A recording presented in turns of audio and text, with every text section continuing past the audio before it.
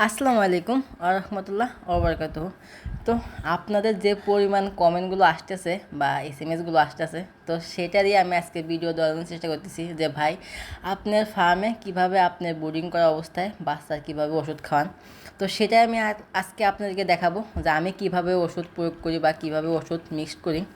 তো আমি ইউরোকট নিয়ে নিয়েছি 1 গ্রাম অনুযায়ী হবে, দেখতেই পাচ্ছেন। তো এখানে সাদার কারণে দেখা যাচ্ছে না, তো পরিমাণটা থাকবে 1 গ্রাম। আপনারা সবসময় খেয়াল করবেন 1 গ্রাম। আর পানিটা আমি নিয়ে নিয়েছি হাফ লিটার থেকেও একটু কম, কারণ এই পানিটা একটু কম নেবেন, কারণ এই কারণে যেহেতু বোর্ডিং করতেছেন সেক্ষেত্রে আপনি 4 ঘন্টা পর পর পানি চেঞ্জ করে দিতে হবে। তো আমি হাফ লিটার পানি এবং কি 1 গ্রাম অনুযায়ী ইউরোকট নিয়ে নিয়েছি, দুটাই ঠিক এভাবেই মিক্সড করে নেব।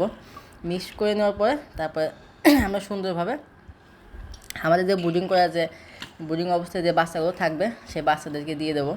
তো এখানে আরেকটা কথা বলে রাখি, সেটা হলো আপনারা একটু খেয়াল রাখবেন যে কারণ যেহেতু এটা ইউরোকটটা অ্যান্টিবায়োটিক, একটু কম দেওয়ার চেষ্টা করবেন। আমি একটু বেশি দিয়েছি কারণ আমার মুরগি বেশি, সেটা একটু মাথায় রাখবেন। তো আমার ওষুধ মিক্স করা কমপ্লিট। এখন আমি পানির পটটা যেখানে আমার দেশি মুরগি সেখানে দিয়ে দিছি। তো দেখতেই পাচ্ছেন কীভাবে খাওয়া দাওয়া করতেছে। সারাদিন সারা রাত ওদের পানি খাওয়াই নাই, তো আমি সারা রাত পানি খাওয়াই না, একবার সকালে দিয়ে রাখি, সারাদিন খাই, আবার সন্ধ্যার একদিন নিয়ে নেই।